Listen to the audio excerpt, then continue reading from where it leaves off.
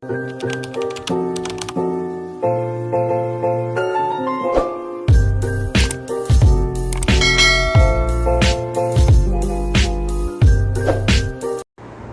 mga kamanay, ayan. Nag-prepare na nga ako ng aking mga bibit-bitin, ng aking pasalubong sa aking mga pamilya. Ayan, sa aking mga kapatid, sa aking mga anak. Ayan, mga kamanay, ito nga pala ang pinakamasayang araw, pinakamasayang pagkakataon at bigyan na naman tayo ng kumpanya na tayo makapagbakasyon muli sa ating bansa. Ayan mga kamanay, inaayos ko na nga. Ayan, ang aking feeling ay natutuwa at excitement na yan ay makapagbakasyon na naman ng Pilipinas. Makikita ko na naman ang aking mga anak, ang aking pamilya at ang aking mga kamag-anak. Ayan mga kamay, aking inayos ng lahat upang kinabukasan ay hindi na ako mag-aayos ulit dahil kinabukasan ng aking flight ng hapon. Ayan mga kamanay, inaayos ko na lahat. Ganun din sa isang malita mga kamay, aking inaayos na ang mga damit. Ayan, ang pasalubong sa kanila. Ayan mga kamanay, nandiyan na ako sa airport. Ayan, ready na si kamanay with scarf pa.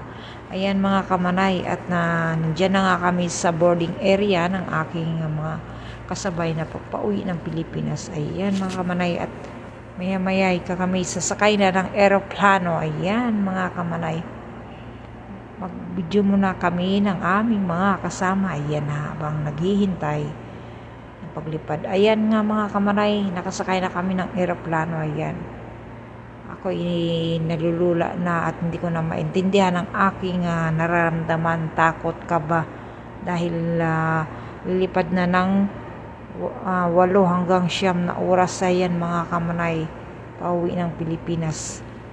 Ayan, kaya mga kamanay, pray muna tayo bago tayo mag-flight. Ayan mga kamanay, at yan na nga mga kamanay, ayan, nakababa na kami ng eroplano. Ayan, nandyan na kami sa aming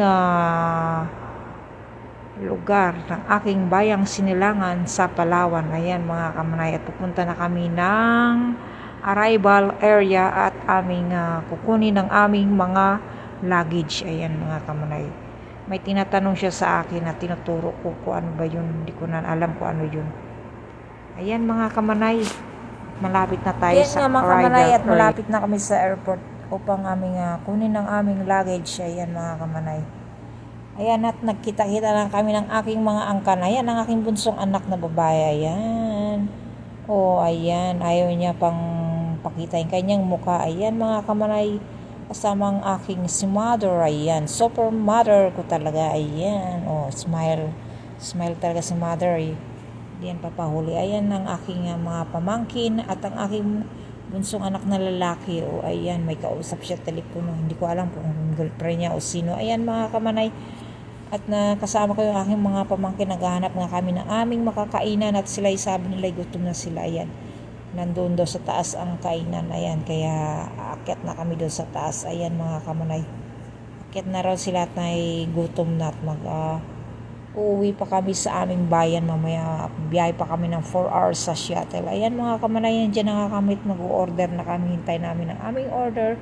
Ayan, kaya enjoy pa mga kamanay sa pag-watch ng aking mga video. Maraming salamat po sa pag-suporta nyo sa aking mga videos mga kamanay. Kaya next time, hanggang sa muli, see you again na my video. Thank you.